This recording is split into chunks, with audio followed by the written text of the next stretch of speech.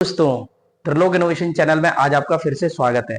दोस्तों, मैंने पिछली 3 वीडियो आपको प्रॉपरली एक्सप्लेन करी थी। सबसे पहले मैंने चार्ज की वीडियो डाली, उसके बाद फिर मैंने कूलाम और गॉस के नियम की वीडियो डाली, उसके बाद फिर मैंने जो वीडियो डाली वो वीडियो पता है क्या है, वो उसके बाद मैंने डाली थी एटॉमिक स्ट्रक्चर से रिलेटेड। उसमें सारी की सारी बातें मैंने पढ़ाई थी। तो जितनी भी क्लासेस आप मेरी देखते जाएंगे, आज मैं जो वीडियो लेके आया हूँ वो है प्रॉपर करंट पे। ठीक है, इसमें आईटीआई का बच्चा हो चाहे जेई का बच्चा हो, कहीं का भी बच्चा हो जिसका बेसिक्स ऑफ टेक्निकल आता है, उस टेक्निकल को मैं स्ट्रॉन्ग करता चला जाऊंगा और धीरे धीरे एग्जाम से रिलेटेड जितनी भी सारी भी क्वेश्चंस होंगे वो सारे के सारे क्वेश्चंस आपके क्लियर करा दूंगा। आज मैं जिस टॉपिक को उठा रहा हूं वो है करंट। आज आप करंट को कंप्लीटली जान लेंगे। मुझे पता है बहुत सारे लोगों को ये क्लास देख के ऐसा लगे कि यार ये चीज तो मुझे आती है। दोस्तों, ये मुझे पता है आती है, लेकिन इस बोर्ड पे अभी भी मैंने कुछ चीजें ऐसी लिखी हैं जो आपको आती है, पर एग्जाम में आप उसको सही नहीं कर पाएंगे। इस बात की मैं गारंटी दे रहा हूं, अगर आपने उस जगह स्पेशल पॉइंट आउट नहीं किया तो। क्या ये मेरी बात समझ में आई? चलिए मैं 1 मिनट में स्केच ले लूं, 1 मिनट का समय देना। तो दोस्तों, मैं स्केच लेके आ गया हूं। तो मैं मतलब ये समझाना चाह रहा हूं कि आज मैं जो करंट उठा रहा हूं वो करंट बेसिक्स, बिल्कुल बेसिक से उठाऊंगा। और इसकी सारी की सारी चीजें मैं थ्योरी से रिलेटेड जितने भी करंट से रिलेटेड क्वेश्चंस आते हैं ना, वो सारे के सारे क्वेश्चंस मैं आपके क्लियर करा दूंगा। चलिए हम स्टार्ट करते हैं करंट को। सबसे पहली बात हम बात जानते हैं कि एक्चुअलिटी में करंट है क्या। तो दोस्तों, मैंने जब पिछली क्लास में आपको एटॉमिक स्ट्रक्चर्स पढ़ाया था तो उसमें मैंने इलेक्ट्रॉन, प्रोटॉन और न्यूट्रॉन की बात की थी। तो मैं याद होगा अच्छे से। अगर जिन बच्चों को नहीं पता तो वो मेरी पीछे की वीडियो जाके देखें। समझ में आ रही है मेरी बात? चलिए अब मैं बताता हूं इलेक्ट्रॉन। इलेक्ट्रॉन के बारे में मैंने बताया था कि जब मैं वहां से इलेक्ट्रॉन को लेके आया, उस इलेक्ट्रॉन से कहानी मैंने आगे बढ़ाई। तो सबसे पहले आज मैं पूरी की पूरी बात इलेक्ट्रॉन से स्टार्ट करूंगा, उसी से रिलेटेड करंट आई। तो सबसे पहले हम ये जानेंगे कि करंट होती क्या है, एक्चुअलिटी में है क्या। भैया, इसका जो किताबों में ज्यादातर लिखा रहता है द फ्लो ऑफ इलेक्ट्रॉन। समझ रहे हो आप? द फ्लो ऑफ इलेक्ट्रॉन या द फ्लो ऑफ चार्ज। या तो इलेक्ट्रॉन फ्लो करे या चार्ज फ्लो करे, या शुद्ध हिंदी में या देसी भाषा में सुने, चाहे तो इलेक्ट्रॉन दौड़ लगाए चाहे चार्ज दौड़ लगाए। जब ये दोनों दौड़ लगाते हैं तभी धारा प्रवाहित होती है। क्या ये बात मेरी समझ में आई? क्या ये पॉइंट क्लियर हुआ कि भैया इलेक्ट्रॉन अगर टाइम के साथ फ्लो कर रहा है या चार्ज टाइम के साथ फ्लो कर रहा है, मतलब कि आवेश समय के साथ प्रभावित, आवेश प्रवाह की दर को ही क्या कहते हैं? धारा कहते हैं। क्या ये पॉइंट क्लियर हुआ? The flow of charge, the flow of charge या electron is called as current. क्या ये पॉइंट क्लियर हुआ? चलिए अब मैं आपको बताता हूं धीरे धीरे, इस बोर्ड पर जितने भी पॉइंट लिखे हैं वो सारे के सारे मैं एक्सप्लेन करता हूं। सबसे पहला पॉइंट मैंने ये लिखा है, चाहे तो चार्ज हो चाहे वो इलेक्ट्रॉन हो, अगर ये फ्लो कर रहे हैं, मतलब इलेक्ट्रॉन या चार्ज फ्लो होने की दर क्या कहलाती है दोस्तों? करंट कहलाती है। क्या ये बात मेरी समझ में आई? क्या ये पॉइंट आपका क्लियर हुआ? चलिए उसके बाद मैंने दूसरा पॉइंट ये लिखा कि भैया इलेक्ट्रॉन इस तरफ ट्रेवल कर रहा है और करंट इस तरफ ट्रेवल कर रही है। तो पेपर में ये पूछा जाता है कि जो धारा है क्या वो इलेक्ट्रॉन की प्रवाह की दिशा में प्रवाह होती है या धारा की दिशा इलेक्ट्रॉन के विपरीत होती है। तो पेपर में आसान क्वेश्चन है, दुनिया जानती है इस चीज को, इलेक्ट्रिकल का हर बंदा जानता है, पर मैं एक बार रिकॉल करा रहा हूं सारी चीजें, जिससे आपको किताबें उठाने की जरूरत नहीं पड़ेगी इस क्लास के बाद स्पेशली। तो भैया मेरा कहने का मतलब यह है कि इलेक्ट्रॉन की ये हमेशा विपरीत दिशा में फ्लो करती है। क्या क्या क्या क्या बोला मैंने इस बात को? मैंने ये बोला कि धारा हमेशा आवेश के विपरीत फ्लो करती है, विपरीत प्रवाहित होती है। क्या ये पॉइंट समझ में आई? अब आप मुझे कमेंट में बताएंगे कि ऐसा क्यों होता है कि धारा हमेशा इलेक्ट्रॉन के विपरीत ही क्यों प्रभावित होती है, ये चीज आप बताएंगे। ठीक है, चलिए अगला पॉइंट मैंने ये बताया कि भैया जब करंट फ्लो होती है तो वो कितनी स्पीड से होती है? तो वो होती है 3 × 10⁸ मीटर प्रति सेकंड। क्या ये बात समझ में आई? हमारे मन में जब ये बात आई थी कि भैया जब करंट ट्रेवल करती है, मतलब जब हम स्विच ऑन करते हैं तो स्विच ऑन करके बेड पे नहीं लेट पाते, उससे पहले हमारा बल्ब बंद हो जाता, मतलब बल्ब चालू हो जाता है। क्या ये बात समझ में आई? या हम किसी कमरे में जब स्विच ऑन करते हैं तो बल्ब की तरफ नहीं देख पाते, उससे पहले आपकी लाइट आ जाती है। इसका मतलब ये है कि आपकी जो करंट है वो लाइट की स्पीड से ट्रेवल करती है, जो कि 3 × 10⁸ मीटर प्रति सेकंड होती है। ये क्वेश्चंस बहुत ही सिंपल है पर टफ है, पेपर में गलत कर सकते हैं आप। अगली बात यह है कि करंट हमेशा बंद परिपथ में फ्लो होती है। मतलब मेरा कहने का यह है कि करंट जो है, धारा जो है, वो हमेशा एक लूप में फ्लो करेगी। अगर हमारा लूप कटा है तो करंट फ्लो नहीं करेगी। मतलब शुद्ध हिंदी में हम ये कहते हैं कि करंट जिस रास्ते से जाती है, करंट जिस रास्ते से जाती है वो उसी रास्ते से आना पसंद करती है। क्या ये मेरी बात समझ में आई? मतलब करंट जाएगी तो फिर लौटेगी। मैं आपको सिंपल सा एग्जांपल दे देता हूं। इसीलिए हमारे घर में हर चीज को चलाने के लिए उसमें दो तार होते हैं। कितने वायर होते हैं बेटा? दो। मतलब एक से अगर करंट एंट्री करेगी तो आपके इंस्ट्रूमेंट से होते हुए वो दूसरे से एग्जिट करेगी। क्या ये बात समझ में आई? क्या ये पॉइंट क्लियर हुआ? इतनी बात समझ में आई? इसलिए हमेशा हम दो वायर से सारी की सारी चीजें चलाते हैं। क्या ये पॉइंट क्लियर हुआ? इसमें कोई डाउट तो नहीं है? ठीक है। तो करंट हमेशा क्लोज पाथ को फॉलो करती है, बंद परिपथ को मतलब मानती है। मतलब बंद परिपथ मतलब जिस जगह से करंट जाएगी उसी करंट से लौट के उसी जगह से करंट लौट के आएगी। क्या ये पॉइंट क्लियर हुआ? चलिए अब हम अगली बात करते हैं। ये हमेशा कम प्रतिरोध के मार्ग को गमन करती है। मतलब कि इसको बोलते हैं ये हमेशा लो रेजिस्टेंस पाथ को फॉलो करती है। लो रेजिस्टेंस पाथ का मतलब ये है जहां पे प्रतिरोध कम होगा, जहां पे दोस्तों प्रतिरोध कम होगा वहां पे करंट ज्यादा प्रवाहित होगी। सीधी सी बात ये है, तुम्हारे मजे वहां सबसे ज्यादा होंगे जहां पर आपका कोई विरोध करने वाला नहीं होगा, तभी तो आप उसी जगह जाके मजे करेंगे। मतलब कि आप जब छोटे थे तो आपको टीवी देखना अच्छा लगता था कि नहीं? लेकिन इतने में मम्मी आ जाती थी तो तुमको क्या लगता था कि अरे यार ये मम्मी आ गई, अच्छी वाली टीवी चालू कर रहा था मैं, गड़बड़ हो गया सब मामला। आप सोचते हैं कि मम्मी को हटा दो रास्ते से, अगर ये मम्मी चली जाएंगी तो मैं दिन भर टीवी देखता हूँ। हटाने का मतलब ये था, आप ये दिमाग लगाते थे कि मम्मी जल्दी से जल्दी नाना के घर चली जाए। जब मम्मी नाना के घर चली जाती थी और स्पेशल तुम्हें छोड़ के चली जाती थी, तुम घर के हो गए मालिक। तुम्हें जो करना है तुम करते थे, तुम्हें रोकने वाला कोई भी नहीं है ना? तुम अपनी मनमर्जी ज्यादा किया करते थे, लेकिन मम्मी आने के बाद आप उतना ही कर पाते थे जितना मम्मी चाहती है। क्या ये पॉइंट क्लियर हुआ? ऐसे ही करंट का काम है। करंट हमेशा जहां रेजिस्टेंस कम होगा वहीं सबसे ज्यादा फ्लो करेगी, और जहां रेजिस्टेंस ज्यादा होगा वहां करंट फ्लो नहीं करेगी। क्या ये बात समझ में आई? क्या ये पॉइंट क्लियर हुआ? चलिए अगली बात, करंट एक स्केलर क्वांटिटी है और एक अदिश राशि है। हिंदी में क्या बोलते हैं इसको? अदिश राशि है। ये पॉइंट क्लियर हुआ? चलिए अब मैं बताता हूं कि ये अदिश राशि क्या है और सदिश राशि क्या है। क्योंकि ये मैंने सबसे पहली क्लास जब मैंने चार्ज पढ़ाया था वहां भी मैंने पूरा कंप्लीटली आपको समझाया था कि करंट एक कैसी क्वांटिटी है। तो ये पॉइंट क्लियर हुआ? तो मैं बताता हूं कि अदिश राशि क्या होती है। ऐसी वस्तु या मतलब ऐसी कोई भी चीज है जो ना तो अपनी दिशा फिक्स करे, है ना, और ना ही उसका परिमाण फिक्स रहे, है ना? ये पॉइंट क्लियर है? ना तो उसकी डायरेक्शन फिक्स हो, ना ही उसका मैग्नीट्यूड फिक्स हो, ना ही उसकी दिशा निर्धारित हो, ना ही उसका परिमाण निर्धारित हो। तो ऐसी चीजों को हम क्या कहते हैं? ऐसी चीजों को हम कहते हैं कि वो एक अदिश है। मतलब कि इस बात का ये है कि करंट किसी की नहीं है, ना तुम्हारी है ना मेरी है। जहां उसको जगह मिलेगी, जहां उसको कम रेजिस्टेंस मिलेगा, वहां जाके वो सीधे फॉलो कर जाएगी। वो किसी की पक्की नहीं है। मतलब समझ में आ गई? आदेश मतलब धोखेबाज। आदेश मतलब धोखेबाज, जिसकी कोई दिशा नहीं है, जो चाहे वहां जा सकती है। क्या ये पॉइंट क्लियर हुआ? ये पॉइंट क्लियर हुआ? अगली बात मैंने बोला इसकी यूनिट क्या होती है दोस्तों? एम्पियर। बहुत छोटी बातें हैं पर चीजें क्लियर होनी चाहिए। अब हम बात करते हैं इलेक्ट्रिसिटी के आधार पर। इलेक्ट्रिसिटी के आधार पर अगर मैं बात करूं तो इलेक्ट्रिसिटी मतलब विद्युत के आधार पर धारा दो प्रकार की होती है। एक तो होती है एसी और एक होती है दोस्तों डीसी। ठीक है। अब एसी में टाइम के अकॉर्डिंग देखते हैं। जब भी हम एसी का फुल फॉर्म होता है अल्टरनेटिंग करंट। अल्टरनेटिंग करंट यहां एसी करंट के लिए मैंने यूज किया है, और वैसे तो अल्टरनेटिंग साइकिल होता है, अल्टरनेटिंग साइकिल, और एसी मतलब अल्टरनेटिंग करंट। ठीक है। अब यहां पर देखेंगे टाइम के हिसाब से ना तो इसकी डायरेक्शन भी चेंज होगी और इसका मैग्नीट्यूड भी चेंज होगा। ये पॉइंट क्लियर हुआ? डायरेक्शन मतलब समय के साथ, एसी में क्या होता है, समय के साथ किसी भी करंट की, एसी में समय के साथ किसी भी करंट की दिशा भी चेंज होती है और उसका परिमाण मतलब मैग्नीट्यूड, उसका मान, उसकी वैल्यू भी बदलती है। क्या ये पॉइंट क्लियर हुआ? चलिए अब हम अगली बात करते हैं कि एसी में अगर हम इंडिया की बात करें तो इसमें जो फ्रीक्वेंसी है, आवृत्ति है, वो होती है दोस्तों 50 हर्ट्ज। कितनी होती है दोस्तों? 50 हर्ट्ज। ये पॉइंट क्लियर हुआ? अब हम बात करते हैं डीसी। डीसी में क्या है? डीसी की वैल्यू हमेशा कांस्टेंट होती है। डीसी का मतलब ये होता है जो समय के साथ ना तो अपनी दिशा बदलेगी ना ही आपका परिमाण, वो एक सिंपल डायरेक्शन में फ्लो होती रहेगी, उसको हम बोलते हैं डीसी। जब आप मर जाते हैं, मरने के बाद जब आप देखेंगे आईसीयू वार्ड में एक टीवी चल रही होती है, जब उसमें एक सीधी लाइन आ जाए, कांस्टेंट लाइन आ जाए, समझ जाना कि आप निपट चुके हैं। अब आपके अंदर कोई भी हलचल नहीं है, इसका मतलब यह आप डीसी हो चुके हैं। ये पॉइंट क्लियर हुआ? तो डीसी में ना तो दिशा चेंज होती है और ना ही परिमाण चेंज होता है। तो क्या ये पॉइंट क्लियर हुआ?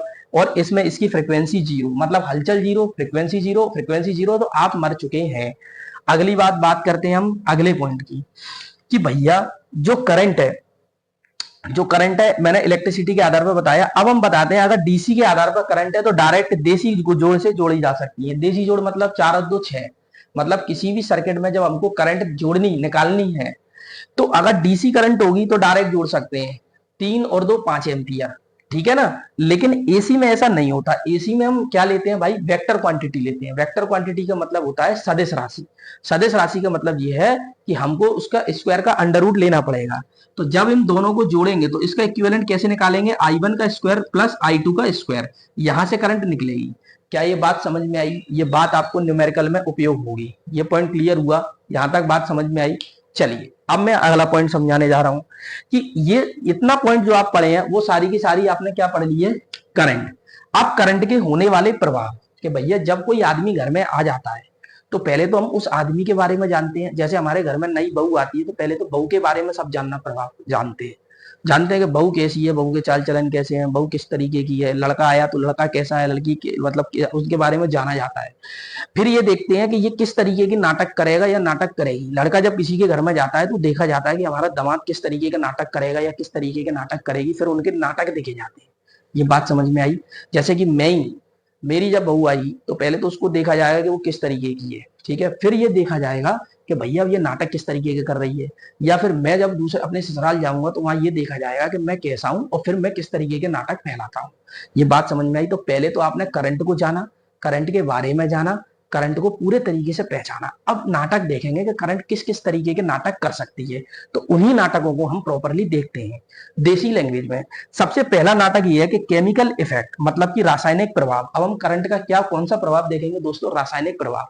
रासायनिक प्रभाव का मतलब ये होता है कि जब हम किसी भी सॉल्यूशन, कोई भी इलेक्ट्रोलाइटिक सॉल्यूशन होता है, उसमें से जब हम करंट को गुजारते हैं तो वो इलेक्ट्रोलाइट अपने आयनों में टूट जाता है। अपने आयनों में क्या हो जाता है, टूट जाता है या विभक्त हो जाता है। इसी चीज को हम धारा का रासायनिक प्रभाव कहते हैं। किसी भी इलेक्ट्रोलाइट का अपने आयनों में टूट जाना, जब हम उसके अंदर से करंट फ्लो कराते हैं, अपने आयनों में टूट जाना ही धारा का रासायनिक प्रभाव कहलाता है। क्या ये पॉइंट क्लियर हुआ? क्या इसमें कोई दिक्कत तो नहीं है? चलिए अब मैं आगे चलता हूं। आगे वाली बात यह है कि भैया ऐसी चीजें हमें कहां कहां देखने को मिली, ऐसी चीजें हमें बैटरी में। आपके घर में जब इन्वर्टर लगा है तो उस इन्वर्टर में एक बैटरी रखी हुई है, और वही बैटरी जो है वो है धारा का रासायनिक प्रभाव का एक बड़ा एग्जाम्पल है। क्या ये पॉइंट क्लियर हुआ? अब हम करंट का दूसरा नाटक देखते हैं। भैया करंट का दूसरा नाटक, ये आपको क्लियर नहीं दिख रहा होगा, ये पूरा एक्चुअलिटी में हीटिंग इफेक्ट लिखा हुआ है। क्या लिखा हुआ है दोस्तों? Heating effect. ये आपको दिख नहीं रहा, चमक दिख रही है, लेकिन ये हीटिंग इफेक्ट है। हीटिंग इफेक्ट का मतलब ये होता है कि धारा का उष्मीय प्रभाव, धारा का उष्मीय प्रभाव, कि भैया क्या धारा उष्मा पैदा कर सकती है? बिल्कुल पैदा कर सकती है। जब भी हम किसी भी करंट को किसी प्रतिरोध या रेजिस्टेंस में से होके गुजारते हैं, पहली बात तो करंट उसमें से होके नहीं गुजरेगी। अगर उसमें से होके जबरदस्ती गुजारते हैं तो वो धारा का उष्मीय प्रभाव प्रदर्शित करती है, मतलब वो गर्मी छोड़ती है। क्या छोड़ती है दोस्तों? गर्मी। वही चीज मैं बताता हूं। जैसे मम्मी ने कहा कि तुम बेटा पढ़ लो शांति से, और तुमने कहा कि मैं नहीं पढ़ूंगा। फिर मम्मी ने कहा बेटा मेरे मुन्ना राजा पढ़ ले, पढ़ ले। तुमने कहा मैं नहीं पढ़ूंगा, तुम्हें जो करना है कर लो। फिर मम्मी हो जाएंगी आग बबूला, और उसके बाद जो तुम प्रभाव देखोगे, 4 से रैपर तुम्हारे गलपट्टे पर पढ़ेंगे, वही करंट है, वही धारा का रासायनिक प्रभाव है। क्या ये पॉइंट क्लियर हुआ? ये पॉइंट धारा का रासायनिक नहीं, धारा का उष्मीय प्रभाव। ये पॉइंट क्लियर हुआ? चलिए, तो जब भी किसी भी करंट को हम किसी रेजिस्टेंस में से गुजारते हैं तो वो हीट पैदा करती है, और उसी हीट का हम घर में उपयोग कर लेते हैं। क्या उपयोग कर लेते हैं? जैसे कि प्रेस, जब आप प्रेस करते हैं तो वो भी धारा का उष्मीय प्रभाव है। केटली होती है जिसमें पानी गर्म करते हैं, वो भी धारा का उष्मीय प्रभाव है। टोस्टर जिसमें टोस्ट बनाते हैं, टोस्ट को सैंडविच बनाते हैं, वो जो होता है वो भी धारा का उष्मीय प्रभाव पे काम करता है। क्या ये पॉइंट क्लियर हुआ? केटली में जब चाय बनती है तो वो भी धारा का रासायनिक, हीटर जिसमें पानी गर्म करते हैं वो भी धारा का रासायनिक प्रभाव पे काम करती है। क्या ये पॉइंट क्लियर हुआ? यहां तक बात मेरी समझ में आई? चलिए अब हम आगे चलते हैं। अब हम धारा का एक और प्रभाव देखते हैं, वो है मैग्नेटिक इफेक्ट। मैग्नेटिक इफेक्ट का मतलब है चुंबकीय प्रभाव। भैया चुंबकीय प्रभाव क्या होता है? करंट की एक आदत होती है, मैं आपको बहुत अच्छे से क्लियर कर देता हूं। जब भी कोई करंट किसी तार में से होके गुजरती है, मान लो कि ये मेरा एक वायर है, ये मेरा क्या है दोस्तों, एक वायर है। तो जब भी करंट इसमें से होके गुजरेगी तो इसके चारों ओर क्या चुंबकीय क्षेत्र को पैदा करती है, क्या करती है दोस्तों, चुंबकीय क्षेत्र को पैदा करेगी। मतलब कोई भी करंट किसी वायर से होके गुजरेगी, इस वायर से, जब इस वायर से होके गुजरेगी तो इसके चारों ओर क्या करेगी, चुंबकीय क्षेत्र को पैदा करेगी। क्या करेगी दोस्तों, चुंबकीय क्षेत्र को। इसी चीज को हम बोलते हैं धारा का चुंबकीय प्रभाव। क्या ये पॉइंट क्लियर हुआ? जिससे हम बनाते हैं इलेक्ट्रोमैग्नेट या विद्युत चुम्बक। इसका उपयोग कहाँ होता है, विद्युत मोटर में, जनरेटर में। ये पॉइंट क्लियर हुआ। विद्युत घंटी जिसको इलेक्ट्रिक बेल बोलते हैं। क्या ये पॉइंट क्लियर हुआ?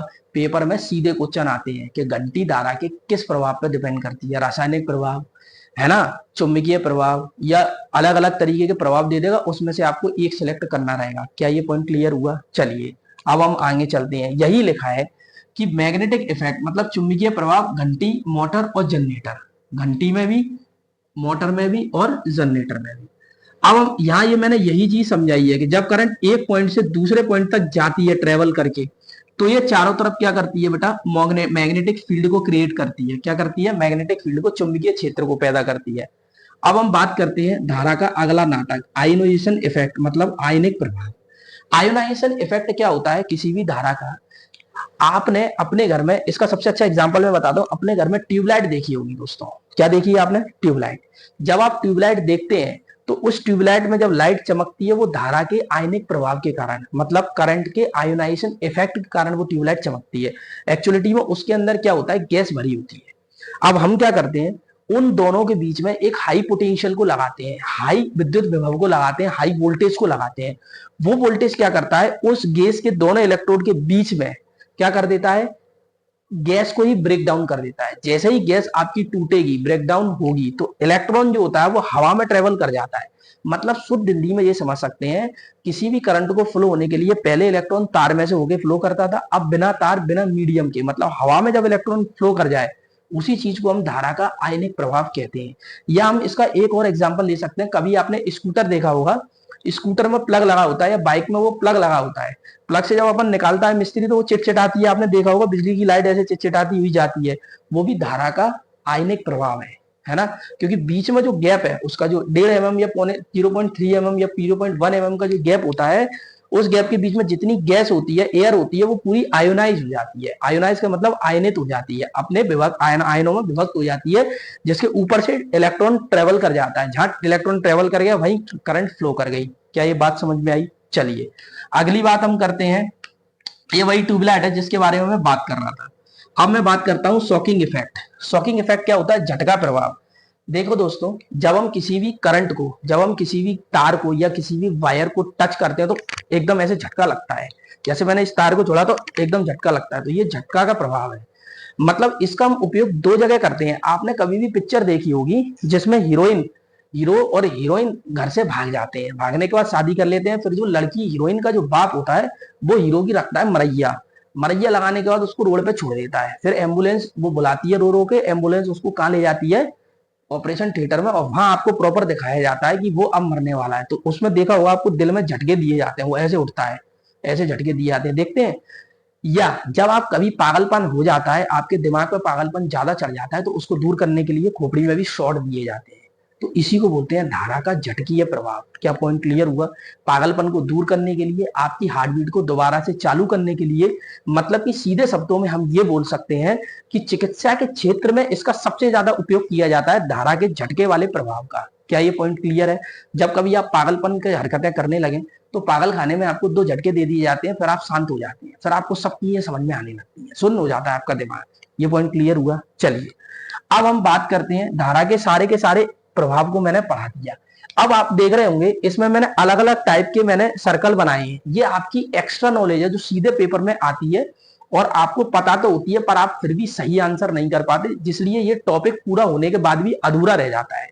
इसीलिए मैंने ये सारे के सारे पॉइंट्स एक ही बोर्ड और एक ही क्लास में डाल दिए। यहां मैं ये कह रहा हूं कि भैया 1 मिली एम्पियर का करंट आप झेल सकते हैं। करंट अगर आपके अंदर से 1 मिली एम्पियर है तो हल्की सी झंझनाहट मचती है और आप उसको झेल सकते हैं। क्या ये पॉइंट क्लियर हुआ? अगर आपको मन रखे, अगर 1 एम्पियर की करंट अगर आपके अंदर से फ्लो कर गई तो आपको विद इन सेकंड परलोक पहुंचा देगी। क्या ये पॉइंट क्लियर है? यही लिखा है कि ये लिखा हुआ है कि 1 एम्पियर की करंट, मतलब कि ये लिखा हुआ है 1 एम्पियर की करंट मौत दे सकती है। जैसे कि मैं बात कर सकता हूं, एक 100 वाट का बल्ब है, अगर 100 वाट का बल्ब जल रहा है और उस पे आपके तार के कटे हुए तार पे अगर आपका हाथ रख जाए तो भाई साहब वो एक बार में 20 आदमी को निपटाने की ताकत रखता है बल्ब। क्या ये पॉइंट क्लियर हुआ? तो पेपर में सीधा आता है कि व्यक्ति की कितने एम्पियर पे मौत हो जाती है? भाई साहब 1 एम्पियर करंट पे व्यक्ति की मौत हो जाती है। क्या ये नॉलेज पॉइंट क्लियर हो गया? अगला नॉलेज पॉइंट मेरा ये है कि जब आकाश से बिजली गिरती है तड़तड़ा के ऐसे, तो वो भी तो एक करंट है। आकाश से एक्चुअली में बिजली नहीं गिरती, एक शॉर्ट सर्किट पाथ फॉलो करती है करंट, क्योंकि बीच में एक्चुअलिटी में जब बादल आते हैं तो हमारा एनवायरमेंट है, जब बरसात आती है तो हमारा चारों तरफ का जो एनवायरमेंट है, जो चारों तरफ का वातावरण है, वो ह्यूमिडिटी नेचर का हो जाता है, मतलब उसमें आर्द्रता। आर्द्रता का मतलब ये होता है कि पानी की मात्रा चारों तरफ ज्यादा हो जाती है और बादल में बहुत सारे चार्ज इकट्ठे हो जाते हैं। जब चार्ज बहुत सारे इकट्ठे हो जाएंगे तो वो एकदम से मिलकर नीचे धरती की तरफ फ्लो करते हैं, शॉर्ट पाथ को फॉलो करते हैं, वो एक कम से कम परिपथ को फॉलो करते हैं, जिसकी वजह से खतरनाक करंट फ्लो होती है, जिसको हम बोलते हैं बिजली का गिरना। तो लगभग उसमें कितनी करंट फ्लो होती है भाई साहब? 100 किलो एम्पियर। कितना? 100 किलो एम्पियर। जब आप पे गिरेगी तो आपकी हड्डियां ढूंढी नहीं जाएंगी, हड्डियां मिलेंगी ही नहीं, पाउडर तक नहीं मिलेगा। क्या ये पॉइंट क्लियर हुआ? क्या ये नॉलेज क्लियर हुआ? ये पॉइंट क्लियर हुआ? ये पॉइंट आपका क्लियर हो गया? 1 एम्पियर मिली एम्पियर की करंट झेल सकते हैं, ये पॉइंट क्लियर हुआ। अब एक क्वेश्चन ये आता है कि मान लो मैंने एक बाल्टी में पानी भर दिया और उसमें मैंने 2 तार डाल दिए, जब मैं प्लग चालू करता हूं तो मुझे कैसे पता चलेगा कि उसमें एसी करंट है कि डीसी करंट है? आप कैसे पता लगाएंगे? ये नॉलेज पॉइंट के क्वेश्चन से पेपर में सीधे आते हैं, इसरो में डायरेक्टली पूछे गए हैं क्वेश्चन, TG2 में डायरेक्टली पूछे गए हैं, जेई में डायरेक्टली पूछे गए हैं। इतने आसान और बेसिक क्वेश्चन होते हैं, लेकिन जिसमें आप पूरी की पूरी गलती कर जाते हैं। तो भैया अगर हमें डीसी, तो ऐसे ध्यान रखना, अगर उस बाल्टी में बुलबुले उठ रहे हैं, क्या उठ रहे हैं दोस्तों? बुलबुले, तो समझ जाना कि उसके अंदर डीसी करंट है। अगर उसमें बुलबुले नहीं उठ रहे तो समझ जाना उसके अंदर एसी करंट है। ये पॉइंट क्लियर हुआ? तो मैंने आज आपके करंट का कंप्लीटली उसका एक एक पॉइंट आपको समझाया है, इसमें आपको कुछ भी नहीं लिखना। इन चीजों को बार बार मेरी क्लास को एक से ज्यादा बार देखेंगे, आप करंट से रिलेटेड सारे क्वेश्चन टिक कर देंगे। क्या ये मेरी बात समझ में आई? क्या ये पॉइंट क्लियर हुआ? अच्छा, एक पॉइंट और है कि करंट को हम वोल्टेज के आधार पर, तो मैं यहां समझा सकता हूं V प्लस और ये V माइनस। तो करंट हमेशा हायर पोटेंशियल से लोअर पोटेंशियल की तरफ फ्लो करती है, मतलब उच्च विभव से निम्न विभव की ओर क्या करती है? गमन करती है या ट्रेवल करती है हमेशा, मतलब प्लस से माइनस की तरफ करंट फ्लो होती है किसी भी बैटरी में। अगर हम ये क्वेश्चंस को भी इसमें ऐड करें कि भैया प्लस से हमेशा करंट माइनस की तरफ क्या करती है? ट्रेवल करती है किसी भी बैटरी में, तो जिसका विभव ज्यादा होता है, इसका विभव कम होता है। क्या ये पॉइंट क्लियर हुआ? यहां तक बात समझ में आई? ये पॉइंट क्लियर हुआ? तो मुझे लगता है आई थिंक करंट से रिलेटेड बेसिक टू एडवांस सारी की सारी नॉलेज मैंने आपको दे दी। तो आज के लिए इतना ही। धन्यवाद दोस्तों। आज की क्लास अच्छी लगी हो तो चैनल को सब्सक्राइब जरूर करें। थैंक यू दोस्तों।